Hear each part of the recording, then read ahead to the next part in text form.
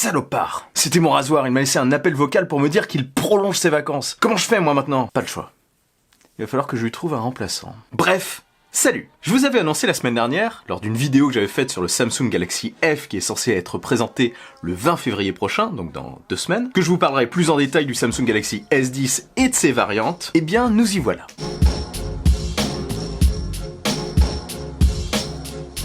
Contrairement à ce que certains ont pu dire sous ma dernière vidéo sur le Samsung Galaxy F, j'aime bien Samsung. Le S10 est d'ailleurs dans mon top 3 des smartphones que j'attends le plus en 2019. Lien de la vidéo dans la description. En revanche, c'est leur concept de smartphone pliant avec un écran carré auquel je ne crois pas spécialement. Enfin, je crois qu'il va être présenté, mais je ne crois pas en sa réussite à long terme. Un écran de 4/3, ok, un carré, non. Enfin, pour moi, non. Mais ce n'est pas parce que je ne suis pas emballé par un produit que je déteste la marque entière. Voilà, c'était juste pour remettre les choses au clair. Ceci étant dit, parlons maintenant du Samsung Galaxy S10, qui personnellement, si on s'appuie sur les récentes rumeurs, me botte bien plus que le S9 de l'année dernière. Déjà cette année, il serait décliné en 3 modèles, un S10, un S10 Plus, sa version plus grande, enfin comme d'habitude, et un S10e, modèle moins cher avec quelques concessions. Un produit qui semble d'ailleurs se positionner directement en face de l'iPhone XR. Donc le S10 d'abord. Il aurait, comme les autres modèles, un écran poinçonné sur son angle supérieur droit, contrairement à ce qu'on a pu voir récemment sur le Honor View 20 qui lui a un écran poinçonné sur le coin gauche. D'ailleurs je vous en ai récemment parlé, je glisse aussi le lien de cette vidéo dans la description. J'ai donc désormais une idée totalement faite sur l'expérience que procure l'écran troué. Et franchement j'aime beaucoup, c'est très agréable. Sur le S10, ce trou permettra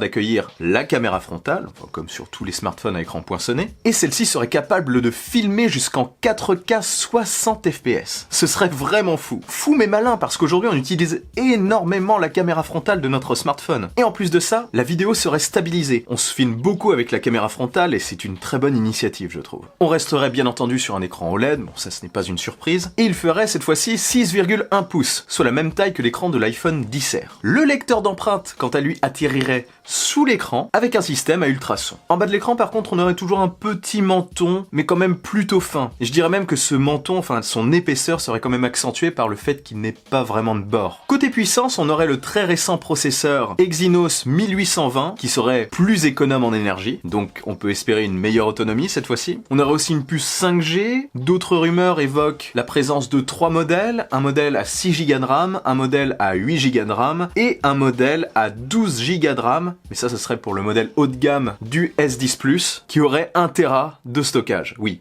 rien que ça. Ce serait le fameux modèle des 10 ans. Mais là, je commence à parler du Plus.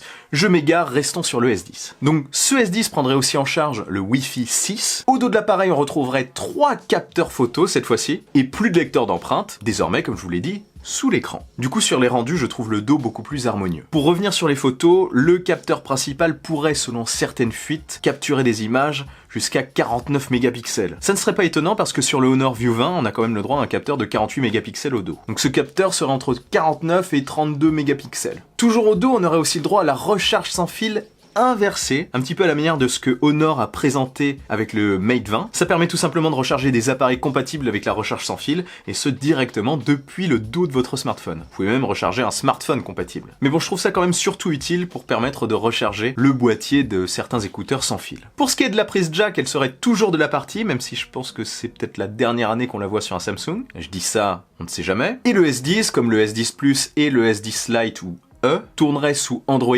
9, et surtout la nouvelle surcouche de Samsung, One UI. UI.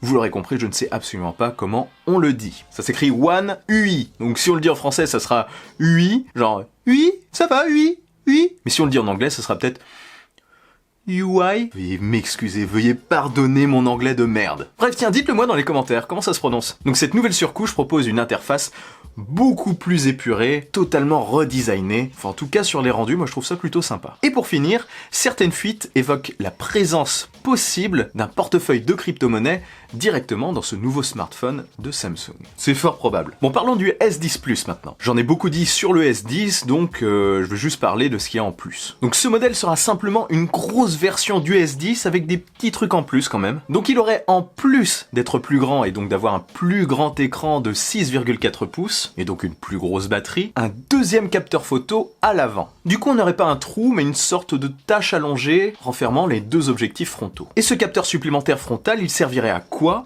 Eh bien il servirait à proposer un objectif très grand angle, comme ce qu'on a pu voir sur le Google Pixel 3. Pour faire des selfies de groupe, c'est très cool. Alors ces nouveaux modèles pourront-ils rivaliser avec le colosse photographique qu'est le Pixel 3? On verra, mais c'est ce qu'ils semblent franchement viser. Ils ont vraiment l'intention de frapper fort à mon avis, et il le faut. Huawei et Xiaomi montent en flèche, ils grappillent toujours un petit peu plus de terrain, et il faut vraiment que Samsung envoie du lourd cette année. Et je pense qu'ils vont le faire. Certaines rumeurs évoquent aussi l'arrivée de 2 modèles spéciaux pour fêter les 10 ans. Les 10 ans de la gamme S. Un modèle peut-être sans encoche et sans trou selon certaines rumeurs, avec peut-être un tiroir qui sait, ou peut-être rien du tout, et un autre modèle avec une énorme batterie. Donc comme je disais tout à l'heure, en plus, ce Samsung Galaxy S10 Plus pourrait être décliné en version ultra haut de gamme avec 12 Go de RAM et 1 Teraoctet de stockage avec une finition dos en céramique noir ou blanc. Un véritable monstre de puissance avec une finition assez particulière. S'il vous intéresse par contre, il ne devrait pas coûter moins de 1500 €, ce qui pique un petit peu. Mais bon, ça décode quand même assez vite et d'ici quelques mois, vous pourriez peut-être le trouver quand même à moins cher. Je peux pas vous dire combien, mais il y aura certainement des offres intéressantes. Et on termine par le S10 Lite ou le S10e.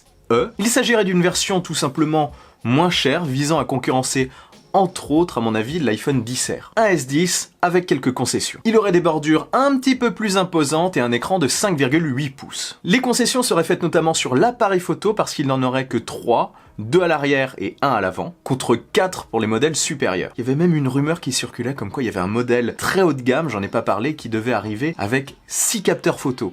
Donc 2 à l'avant et 4 à l'arrière. Personnellement, j'en profite ici pour le dire, à l'origine, je voyais plus le modèle Lite avec un objectif à l'arrière, le S10 avec 2 objectifs à l'arrière, et le S10 Plus avec 3 objectifs à l'arrière. Ça ne semble pas être le cas. En tout cas, c'est dit, on verra. Donc 2 objectifs photo à l'arrière, comme je le disais, et 1 dans le poinçon, donc sur la face avant du smartphone. D'autres rumeurs évoquent le fait que le capteur ne sera pas sous l'écran pour ce modèle, pour le proposer moins cher forcément, il serait sur la tranche droite de l'appareil. Et il n'y aurait qu'un modèle, un modèle de 128 Go avec 6 Go de RAM. Voilà, tout ça suffirait à faire tomber son prix en dessous des 800 €, on devrait l'avoir en France aux alentours de 750 € en prix de lancement. Après ça baissera. C'est en gros ce qu'on sait, enfin ce que je sais. J'ai peut-être loupé quelques trucs, n'hésitez surtout pas à compléter cette vidéo ou à en discuter dans l'espace commentaire. Quoi qu'il en soit, on sera fixé dans 2 semaines parce qu'ils seront présentés le 20 février et j'aurai l'occasion bien sûr de vous en reparler après sur la chaîne. Pour terminer, parlons des tarifs possibles de ces modèles. Le Lite serait vendu comme je vous l'ai dit aux alentours de 750 €. Le S10 classique serait commercialisé quant à lui aux alentours de 900 € pour le modèle 128 Go et 6 Go de RAM, et aux alentours de 1150 € pour le modèle 512 Go avec 8 Go de RAM. On aurait donc un écart de 150 € à peu près entre le S10 Lite et le S10. Et notre S10 Plus pourrait être vendu entre 1000 et 1500 €. Bien sûr, suivant les modèles, allant, je vous le rappelle, jusqu'à 1 Teraoctet de stockage et 12 Go de RAM. Quand même, belle bête. Bref, dites-moi ce que vous pensez de tout ça dans un commentaire. Si cette vidéo vous a plu et que vous voulez me soutenir, partagez-la sans oublier le bon pouce en l'air qui claque. Abonnez-vous à ma chaîne en cliquant sur la petite cloche des notifications. On se retrouve très vite pour une nouvelle vidéo. Vive la technologie, vive le futur. Allez, salut!